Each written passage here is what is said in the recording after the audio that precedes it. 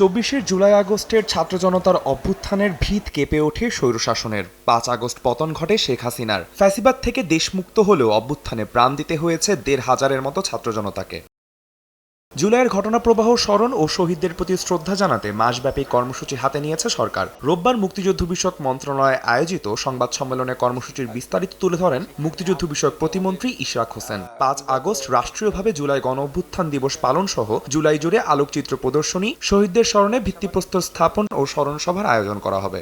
রাষ্ট্রীয়ভাবে আগামী ৫ই আগস্ট পালন করা হবে, যেখানে রাষ্ট্রের সর্বোচ্চ যারা কর্মকর্তাবৃন্দ সহ সকলে যারা আছেন ওনারা উপস্থিত থাকবেন। ১৬ জুলাই শহীদ দিবস হিসেবে এটিকে পালন করার উদ্যোগ নেওয়া হয়েছে।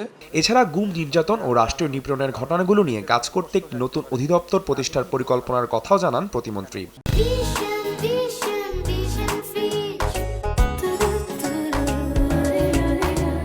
গুম, নির্যাতন ও রাষ্ট্রীয় নিপীড়ন পুনর্বাসন অধিদপ্তর নামে মুক্তিযুদ্ধ বিষয়ক মন্ত্রণালয়ের অধীনে আরেকটি এই একই রূপে একটি অধিদপ্তর গঠন করা হোক, সেই লক্ষ্যে আমি কাজ করে যাচ্ছি। আমাদের মাননীয় প্রধানমন্ত্রী এটিকে অনুমোদন দেবেন এবং এদের ওয়েলফেয়ার, এদের যে লস, সেটা তো আমরা কোনোদিনও পূরণ করতে পারবো না, কিন্তু তাদের পাশে যে আমরা রয়েছি, রাষ্ট্র যে তাদের পাশে রয়েছে, সেটি আমরা প্রতিষ্ঠা করতে পারবো।